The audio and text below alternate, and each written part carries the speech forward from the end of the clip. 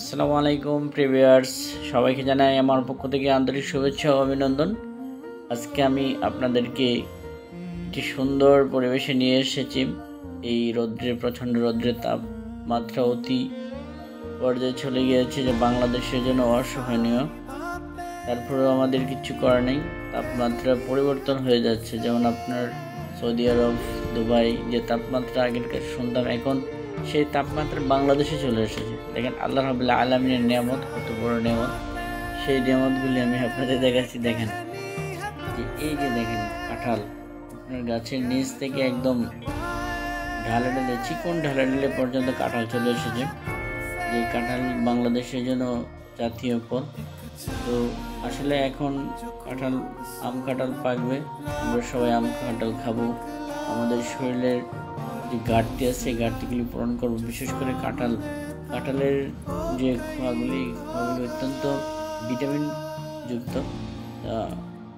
আমরা অবশ্যই আমাদের জাতীয় ফল বেশি খাবো, কারণ আমরা গরিব রাষ্ট্রের লোকজন, গরিব মানুষ। আমাদের অর্থনৈতিক তেমন ভালো না, ফল ফ্রুট ভালো খেতে পারে না। তার জন্য কাঁঠাল আমাদের বেশি পরিমাণ খেতে হবে, যাতে আমাদের ফলে অ্যান্টিবায়োটিক তৈরি হয়।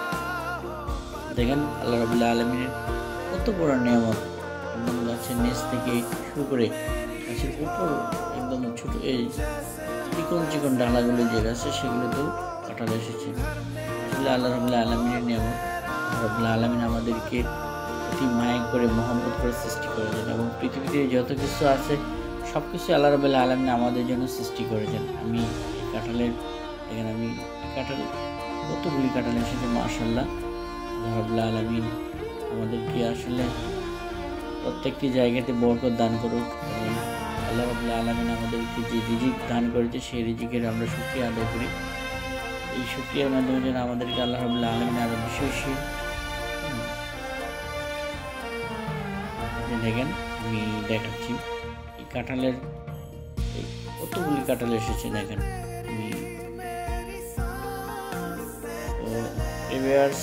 আপনারা অবশ্যই এই গরমে বেশি পানি খাবেন, যাতে শরীরের যে লবণাক্ত চলে যাচ্ছে, শরীরে যে ঘাম ঝরছে, সেই ঘামের ঘাটতি পূরণ হয়। এর জন্য আমরা বেশি পানি খাবো।